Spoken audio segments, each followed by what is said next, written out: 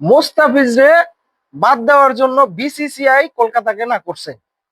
একটা দেশের কত বড় মানে একটা বোর্ড, কত বড় হিজড়া একটা বোর্ড, যারা হচ্ছে ধর্মান্ধ কিছু গুটি কয়েক মানুষের হুমকির ভয়ে ওরা লুঙ্গি টুঙ্গি সব ভিজায় ফেলাইছে।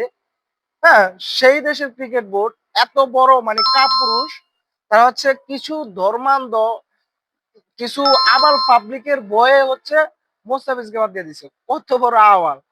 আসলে ওদের দেশের এই আবাল গুলা জানে না যে বাঙালিরা আমরা ওই যে রাস্তাঘাটে হাগি না। হ্যাঁ, আমাদের হাগার জন্য টয়লেট আছে। আমাকে তেল পেঁয়াজ লবণ আমরা ঠিক আছে ইন্ডিয়া থেকে কিনছি, ইন্ডিয়ার থেকে আনছি, কিন্তু সেটা আমরা কিনে আনছি। আমরা তো অগমত ফকিরনি না। হ্যাঁ, আমরা তো অগতে কিনে আনছি, সামনের দিকে তো আর কিনবো না। আর কোনটা মনে হতো শেষ। আর কথা হচ্ছে যে মোস্তাফিজ রে বাদ দিয়ে আসলে আমাদের দেশের কোনো ক্ষতি হয় নাই। ঠিক আছে, মোস্তাফিজ 9 কোটি টাকা থেকে বঞ্চিত হয়েছে, অলমোস্ট বাংলাদেশি টাকা 12 কোটি টাকা। সমস্যা নাই, সেটা আমরা পোষায় দিব। আমাদের মুস্তাফিজ ওই যে সামনে পাইবো না, ইন্ডিয়ান টিমে একবারে ভরে দিব, না কোনো সমস্যা নাই। হ্যাঁ, বাঙালিরা এখনো চিনো নাই, বাঙালি পারে না এমন কিছু নাই। আর সবচেয়ে বড় কথা হয়েছে ইন্ডিয়ার যে পশ্চিমবঙ্গের আবাল গুলো আছে, এরা তো একবারে হতমূর্খ, কোনো শিক্ষা দীক্ষা নাই। এরা হচ্ছে নিজের দেশের সম্বন্ধে কোনো ধারণাই নাই। তাদের দেশে যে 28টা রাজ্য, 28টা রাজ্যের মধ্যে তাগো অর্থনৈতিক অবস্থা হচ্ছে একবারে সবচেয়ে তলানিতে। সবচেয়ে বেশি রাস্তাঘাটে হাগে হচ্ছে পশ্চিমবঙ্গের লোকজন। হ্যাঁ, কিন্তু হেরা ওই তাদের হোকার খবর নাই, কোথায় হাগলো আর কোথায় গিয়ে শুষলো। শুষার তো কোনো নাম গন্ধই নাই, কিন্তু বাংলাদেশের নিয়ে সব পেরা থাকে। আর মুস্তাফিজ কি কারো ফোনে আঙ্গুল দিছিল? মুস্তাফিজ যে ভদ্র সদ্র একটা ছেলে, এত বাংলাদেশের কোনো ইস্যু নিয়ে কথা বলে না, আর ইন্ডিয়ার ইস্যু তো দূরের কথা।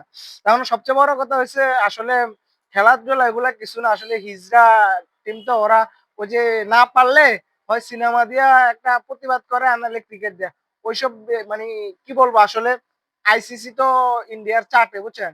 আইসিসিও আমরা বয়কট করে দিব, লাগলে এইসব ক্রিকেট বালছাল আমরা খেলবো না ইনশাল্লাহ। কারণ ক্রিকেটের প্রতি আমাকে বাঙালিদের আগের মতো সেই আবেগ নাই, এখন মন মিটে গেছে। ক্রিকেট এখন আর ভালো লাগে না আমাকে, আমরা ফুটবল খেলবো। ক্রিকেট তোরাই খেল, চুতমারানিরা খেললে ভালো লাগছে জগতের হালার পালা। কি কম আসলে তো গো, মানে বর্বর জাতি যারা, হ্যাঁ, হেগরে ওই যে গালি টালি দিত আসলে রুচিতে বাদে। গালি দেওয়ার জন্য তো লেভেলে লেভেলে থাকতে হয়, বাংলাদেশের লেভেলেই নেই ভারত। হয়তো জনসংখ্যার দিক থেকে অনেক বড়, কিন্তু আমরা ছোট রাষ্ট্র হইলেও যতটা সভ্য নম্র ভদ্রতার কাতারে আছি, ভারত তো সে মানে ভদ্রতার কোনো কাতারও নেই, আর সিরিয়ালও নেই। এরা হচ্ছে পৃথিবীর একমাত্র বর্বর জাতি। এখনো তারা 300 বছর পিছিয়ে আছে পুরো পৃথিবী থেকে। ঠিক আছে, তো এদের ব্যাপারে আসলে বলে রুচি নষ্ট করে লাভ নাই। এখন অনেকে বলতে পারে মোস্তাফিজরে নেয় না, এর লেগে ফ্রাস্ট্রেশন থেকে এগুলো বলতেছি। কিন্তু না, মোস্তাফিজ না না নেওয়ার জন্য না, আসলে আমরা ওই যে ভারতীয়দেরকে আমরা এটাই মনে করি এরা আসলে বলদ বোকাসুদা, অশিক্ষিত মূর্খ। হ্যাঁ, এই জন্য আসলে এদের কোনোদিন উন্নতি হইতো না। এরা ওই যে রাস্তায় হাগা কোনোদিনও বন্ধ হইতো না। রাস্তায় ক্ষেতের আইলে ক্ষেতের কিনারে কিনারে এইভাবেই জীবন যাবে। আর হচ্ছে যে এভাবে করে জীবন যখন যাবে, তখন হচ্ছে এই যে আমের কাঠি মাটি দিয়ে পুড়ে দিবে, শেষ। খোদা হাফেজ। চুত মারানি গুলা কি বলবো, যাই হোক। আমাকে আসলে মাল ছেড়া গেল। আর হচ্ছে আমরা ইনশাল্লাহ ইন্ডিয়ার যে T20 বিশ্বকাপ সেটা আমরা বয়কট করব। আর যদি আমাদের বিসিবি এটা বয়কট না করে, তাহলে আমরা বিসিবিরই বয়কট করে দিই শালারা।